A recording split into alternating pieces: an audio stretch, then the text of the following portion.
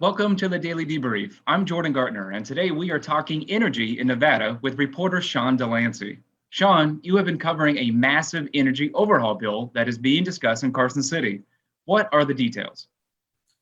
Yeah, Jordan, massive is the right word for it, and it kind of has to be to meet the state's goals. And what I mean by that is back in the 2019 legislative session, they passed a law saying that Nevada had to be getting all of its energy from carbon-free sources, so no fossil fuels, by 2050. And that is a massive, massive task for the state. The problem is there were no other laws in place to really focus the state in that direction. And so that's what this most recent bill that passed both chambers of the legislature before the session ended here in 2021, SB 448, is designed to do, at least point us in that direction, do a lot of the work. And it involves a lot of investment into alternative energy sources right here in the state, some by 2030, some by 2050. And that's what this bill is all about, meeting that goal of carbon-free energy sources by the year 2050. And that's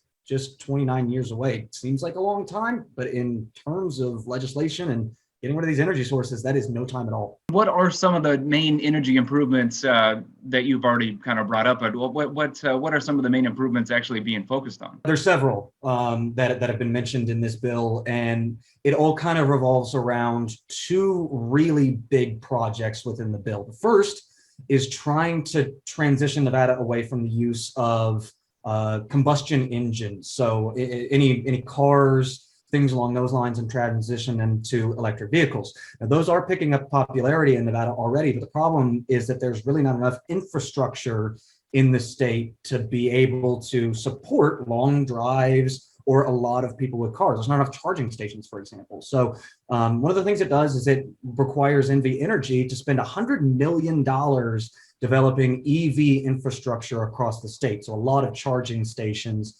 And then the other thing that it does is something that was already proposed. It's called Green Link Nevada. And that is taking, if you can picture the line between Reno and Las Vegas is one large transmission line that already exists. These 525 kilowatt gigantic towers that take energy from one state to the other. It builds another one across the northern part of the state and another one across the eastern part of the state, and creates what's essentially a triangle of these large transmission lines. And the goal for that is once we have this triangle, it can open the entire state up to energy production. And the renewable resources that we have are solar, these large solar farms that can be built in the rural areas along these transmission lines. And up north, we have a lot of access to geothermal energy sources. And that's where they essentially dig way down deep into the earth and just take the heat of the earth and then use that to create energy. All of those are renewable energy sources. They don't produce carbon. And when you talk about solar energy, are we talking about adding more, say, solar panels even here in Southern Nevada, say in the Las Vegas area?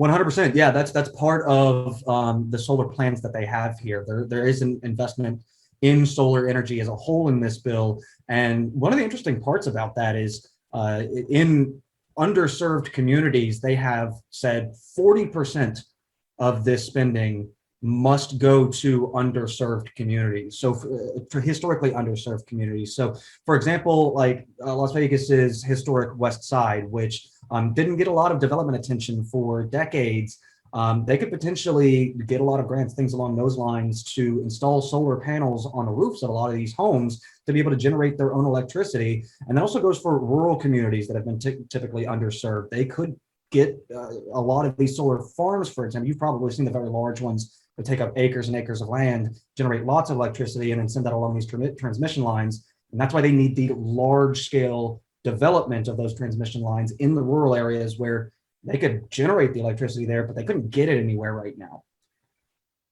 And it sounds pretty positive, of course, when it comes to energy improvements. Is there any negative feedback, cons that you've come across, or that say leaders are discussing? There was a significant amount of pushback from two groups in particular. The first of which was the Nevada Resort Association, of course, very powerful here because casinos, the hotels are the economic driving force here in Nevada. So, and they were opposed specifically because NV Energy is going to have to pump a ton of money into these projects on the front end. And they're afraid that on the back end, once these projects, or even before these projects are completed, rates are going to go up. And I can only imagine how much it costs to run the Luxor light for an hour. And so those rates really do affect the casinos with all of the energy that they consume. And that was one reason why they said, I don't want to see this bill pass. The other group that said, no, we don't want to see this happen was actually environmental groups, surprisingly enough, given the fact that this is a clean energy bill. They were specifically worried about species in these rural areas. When you talk about getting like a geothermal plant or a solar farm in a lot of these rural areas, they were worried about killing animal species. One in particular that they mentioned, it was a group called Basin Range and Watch, Basin Range and Watch. They were worried about these wintering bald eagles up in the northern part of the state where a lot of these geothermal plants would be built, or these transmission lines, which can kill birds. And they were worried about these bald eagles that winter in the northern part of the state being affected by some of these construction projects. And that's why they said no. Well, thank you, Sean, for the extra info. And of course, more on this story is available on ktnv.com. For now, stay with us for more local news right here on KTNV Streaming.